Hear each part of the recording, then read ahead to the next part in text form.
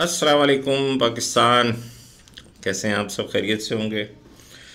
आज सबसे पहले चीफ जस्टिस वाली बात से स्टार्ट लेते हैं। चीफ जस्टिस साहब ने बोला कि अवामी इदारे अवाम को जवाब दें। मैं सिर्फ एक इदारे का आपको जिक्र कर देता हूँ, बाकी की तो अल्लाह ही हाफिज़ है। सिंध में 20 ग्रेड से ऊपर का अफसर होता नहीं है, ये सबको पता होगा।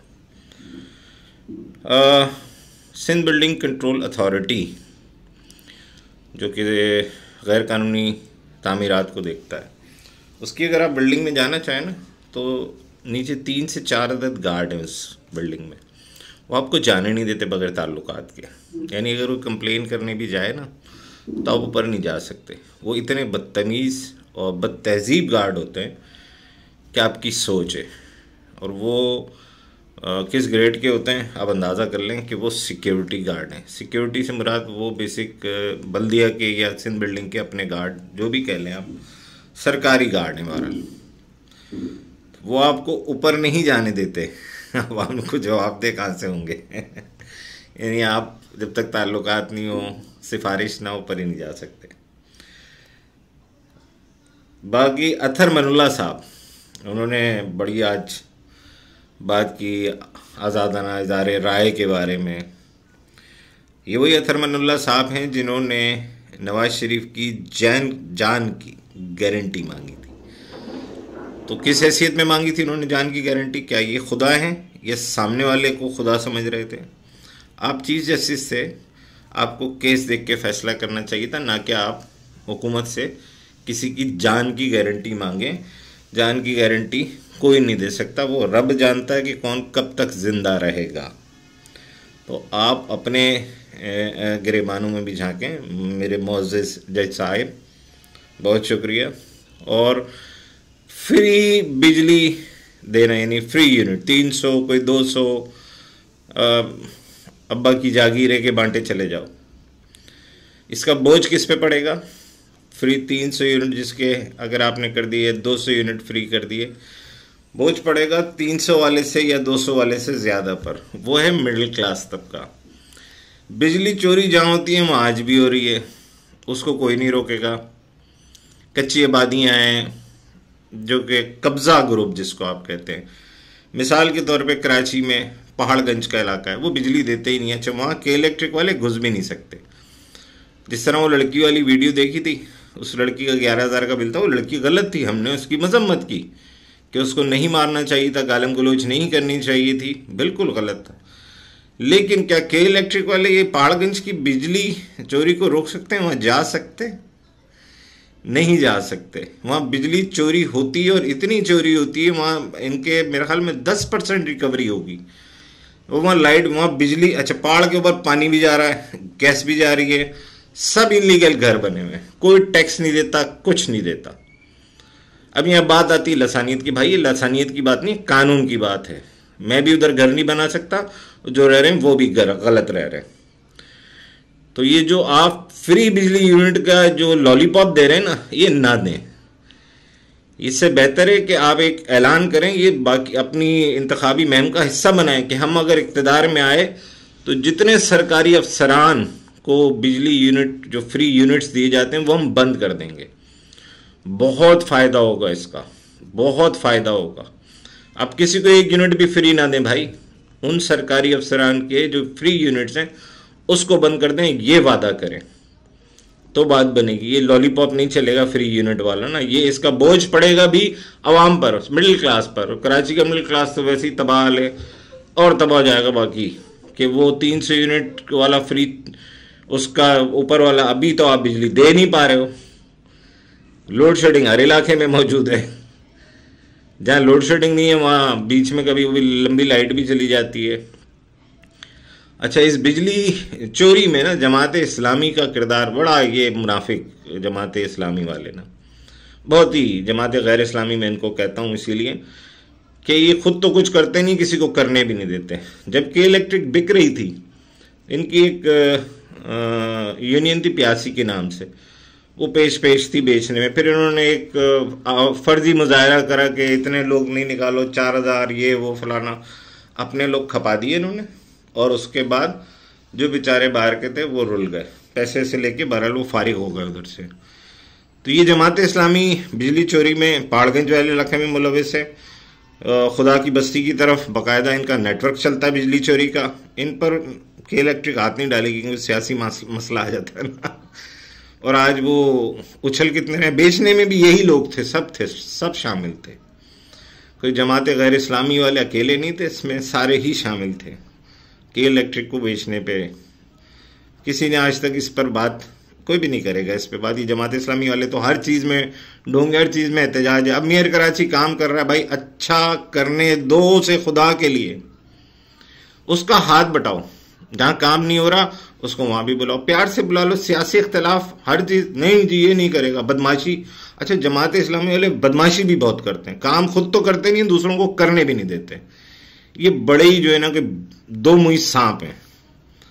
तो अगर वो मुर्तज़ा वहाब कहीं काम कर रहा है और अच्छा काम कर रहा है तो उसको अप्रिशिएट करो, उसको बुरा भला ना कहो। खुदा के लिए मिल के काम करो कराची की तरक्की के लिए। मैं एमक्यूएम से भी यही कहूँगा, मैं जमात इस्लामी, जमात गैर इस्लामी से भी यही कहूँगा, पीपल्स पार्टी से भी यही कहूँगा, दीगर जितनी और जमातें इस शहर कायद में मौजूद हैं सबको कहूँगा, मिलजुल कर काम करो, कराची के मसाइल को हल करो।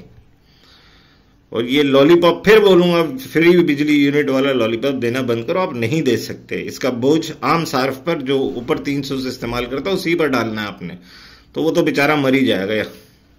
ये गुर्बत के नाम पे जो बिजली चोरी होती है, इनकी कच्ची आबादियां, किसने बात की हुई? सियासी लोगों ने बात करी हुई है।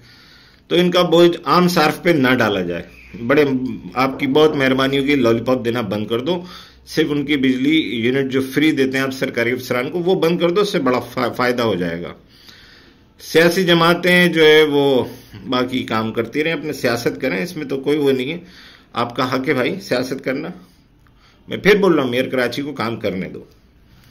अच्छा कर रहा है तो उसको शाबाश दें, जहां वो काम नहीं कर पा रहा है उसको आगाह करें, वो आएगा। मुझे उम्मीद है मुर्तज़ा वहाब से कि वो पहुंचेगा और काम करेगा। खाली अपनी तशहीर भी ना की जाए, काम भी किया जाए। खासकर डिस्ट्रिक्ट सेंट्रल में मैं मुर्तज़ा वहाब से बहुत दरख्वास्त करूंगा कि वो किसी को ना देखें, किसी की मुखालफत को ना देखें, खुद पहुंचें जैसे पहुंचते हैं। विजिट करा करें डेली बेसिस पर, एक इलाका मुतय्यन कर लें, आज इस इलाके में जाना, आज इस इलाके में जाना, मसाइल देखने के लिए, तो उन पर बोझ भी कम पड़ेगा। एक मखसूस टाइम रख लें और उस दौरान वो उन इलाकों में जाएं, विजिट करें, उनके वहाँ के प्रॉब्लम्स को हल करें। अब आप मेयर हैं, चेयरमैन भले जमात इस्लामी का हो, उसकी कोई आपको वो नहीं है, आप डायरेक्ट भी काम कर सकते हैं, कानून मौजूद है इसके लिए। बाकी अल्लाह ताला इमरान नियाजी साहब को क्या बोलूं मैं, इसके तो दुआ भी नहीं कर सकता, इतना तो वो झूठा आदमी है। हर बात को कह के वो मुकर जाता है। कभी बोलता है मैं बात करना चाहता हूं, 19 मार्च से मैं कोशिश कर रहा हूं, कभी कहता है मैं किसी से बात ही नहीं करना चाहता। मतलब इसकी झूठ में ना एक बहुत मोटी किताब लिखी जा सकती है, उसको एक पढ़ना भी बड़ा मुश्किल हो जाएगा, इतने इसकी जिंदगी में झूठ फरेब, अल्लाह माफ करे। दूसरा, इद्दत का केस इन्होंने 48 डेज का बोला या 45 डेज का बोला। भाई इद्दत 3 माह की है, किसी मुफ्ती किसी आलिम की इसमें जरूरत नहीं है। अल्लाह ताला ने बोल दिया 3 हैज, यानी 3 माह, उसमें 2-4 दिन आगे पीछे हो जाते हैं। 3 माह का मकसद सीधा सीधा वैसे तो 90 दिन होता है, 4-5 दिन में फर्क पड़ जाएगा, तो 75 दिन, 90 से में 15 दिन अगर माइनस कर दो तो भाईजान 75 दिन दरकार हैं। 75 दिन, क्योंकि जिन सबके भाई खवातीन हैं और शादीशुदा भी होते हैं, 4-5 दिन आगे पीछे ऐज हो जाते हैं, इसमें नहीं है। 75 दिन लाजिम है। ये 45 डेज का जो निकाह है ना, ये इद्दत के बिल्कुल अल्लाह ताला के हुक्म के खिलाफ है। और अल्लाह ने जो हुक्म सादिर कर दिया उसको किसी मुफ्ती का बाप भी नहीं मिटा सकता, न किसी आलिम का बाप मिटा सकता है। ये है क्लियर बात। और इसमें कोई नहीं, जाती वाती जिंदगी कोई नहीं होती है इसमें। अगर जज साहब ने भी रिलीफ दिया तो मुझे तो हैरत होगी। आप पर अजाब आई इसीलिए अल्लाह के अजाब आप पर, क्योंकि अल्लाह के हुक्म आप इनकारी हो रहे हो। ये कुरान में लिखा हुआ, भाई मैं नहीं बोल रहा, किसी हदीस में नहीं है कि आज में तजाद हो। बहुत आसान तर्जुमे के साथ कुरान में मौजूद है कि 3 माह आपकी इद्दत है। बाकी अल्लाह आप पर अजाब ही नाजिल करेगा अगर आपने इसमें कोई बख्शिश दी या गुंजाइश दी। अल्लाह आपको हिदायत दे, बस यही कह सकता हूं भाई मैं, और क्या कह सकते हैं। तो मैं फिर एक दफा रिक्वेस्ट करूंगा तमाम सियासी जमातों से बशमूल MQM और दीगर सब के साथ, भाई कराची के लिए मिलके काम करो, ज्यादा बेहतर है। और ये फ्री यूनिट बिजली का जो लॉलीपॉप है इसे बंद कर दो खुदा के लिए प्लीज। अब आते हैं कि टिकटों की तकसीम, ये सब आजाद लड़ रहे हैं जो PTI से जो जारी हुए, क्योंकि PTI को तो इलेक्शन लड़ने की ममानियत ही होगी एक तरीके से, आजाद हैसियत में लड़ रहे हैं।